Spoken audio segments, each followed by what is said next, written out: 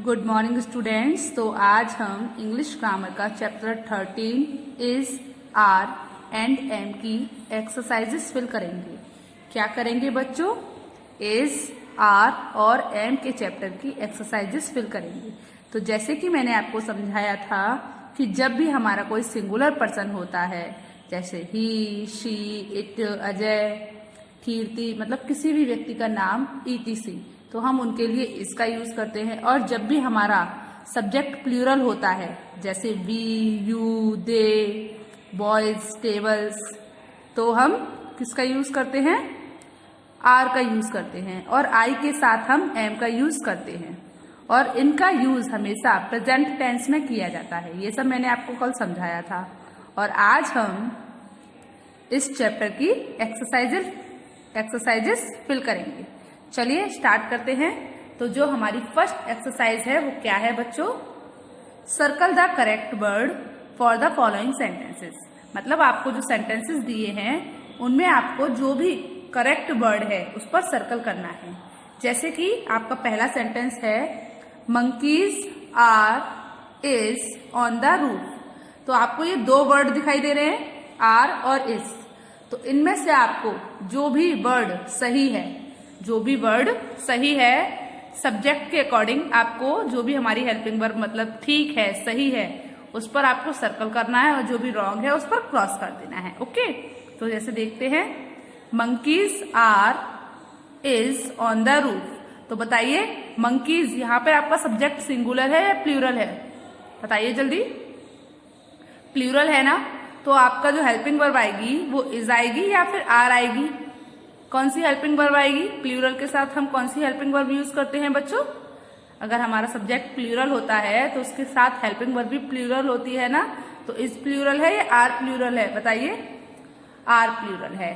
तो यहाँ पर मंकीज के साथ क्या यूज किया जाएगा? आर। तो इसको क्रॉस कर दीजिए, है ना। तो क्या हो गया? Monkeys are on the roof, मतलब बंदर छत पर हैं। छत पर क्या है? बंदर हैं। ओके, चलिए सेकंड सेंटेंस देखिए, this is are an eraser. अब हम दिस के साथ इज यूज करेंगे या आर यूज करेंगे? बताइए आप मुझे। दिस के साथ आप इज लगाएंगे या फिर आर लगाएंगे? दिस आपका कैसा सब्जेक्ट है? सिंगुलर सब्जेक्ट है या प्लूरल सब्जेक्ट है? सिंगुलर सब्जेक्ट है ना। तो उसके लिए हेल्पिंग वर्ब भी कैसी आएगी? सिंगुलर आएगी। और हमारी सिंगुलर पर्सन के साथ हम कौन सी हेल्पिंग वर्ब का यूज करते हैं? इज का। तो इसमें हमारा सही क्या है? इज।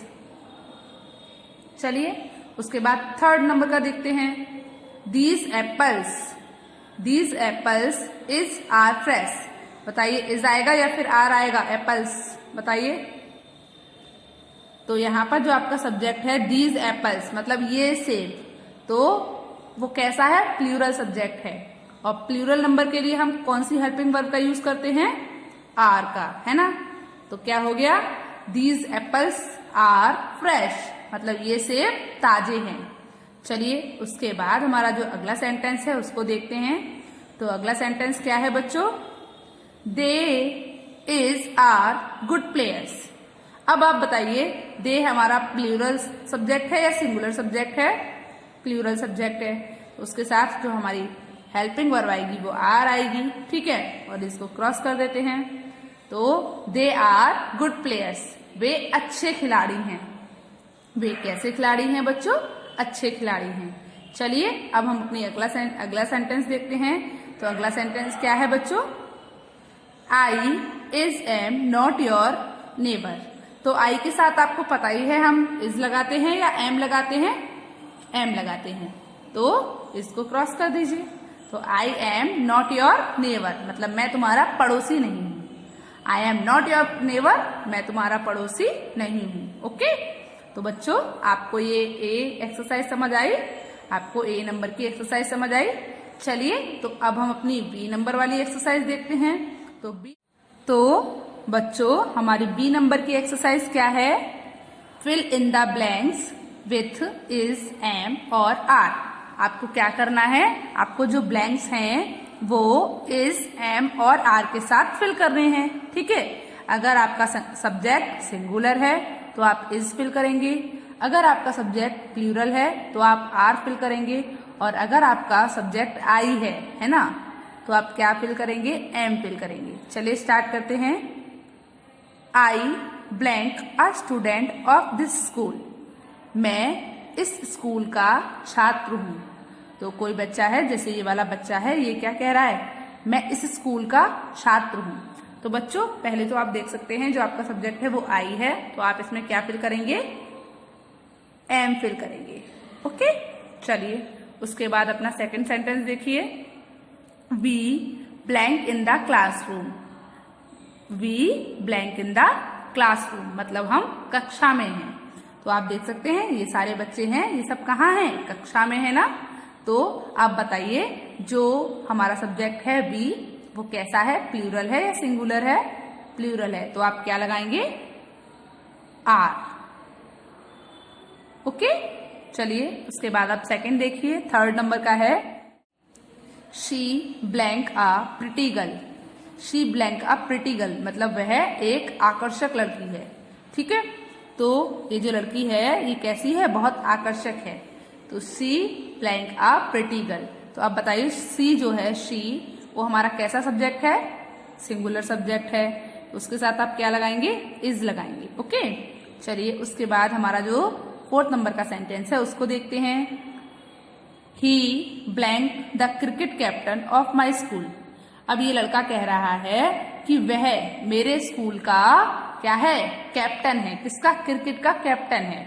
वह मेरे स्कूल का क्रिकेट कैप्टन है। ठीक है, तो अब जो हमारा ही है वो कैसा सब्जेक्ट है, सिंगुलर सब्जेक्ट है।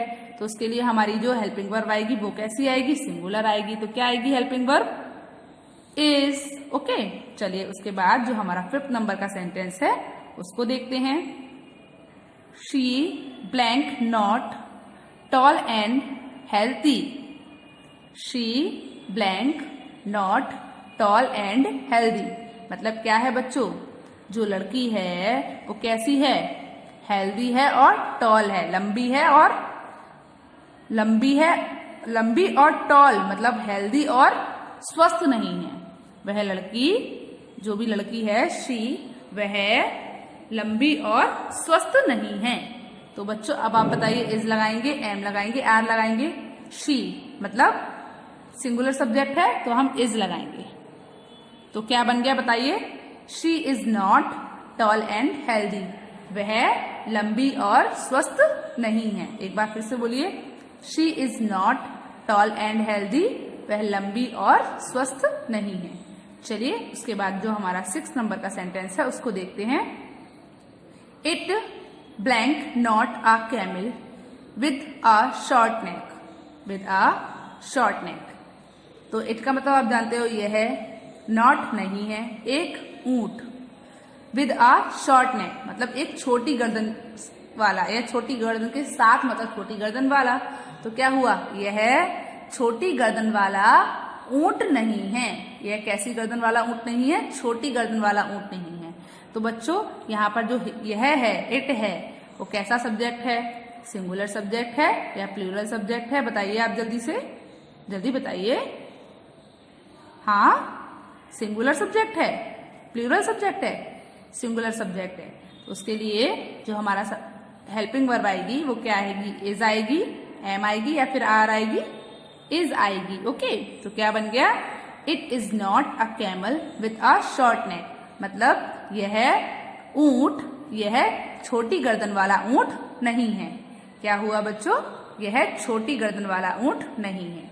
चलिए उसके बाद हम 7 नंबर का सेंटेंस देखते हैं। Some children blank not naughty मतलब सम चिल्ड्रन मतलब कुछ बच्चे शरारती नहीं हैं। तो बच्चों अब यहाँ पर बताइए, आपकी जो हेल्पिंग वर्ब आएगी वो इज आएगी, एम आएगी या फिर आर आएगा। बताइए इन तीनों में से क्या आएगा, इज आएगा, एम आएगा या फिर आर आएगा। सम चिल्ड्रन मतलब हम कुछ बच्चों की बात कर रहे हैं। तो जो हमारा सब्जेक्ट है वो कैसा है बच्चों, बताइए, प्लूरल है।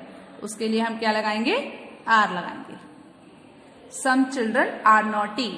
सम चिल्ड्रन आर नॉट नॉटी मतलब क्या हुआ, कुछ बच्चे शरारती नहीं हैं और कुछ बच्चे हैं, तो कुछ बच्चे शरारती नहीं हैं। Some children are not naughty.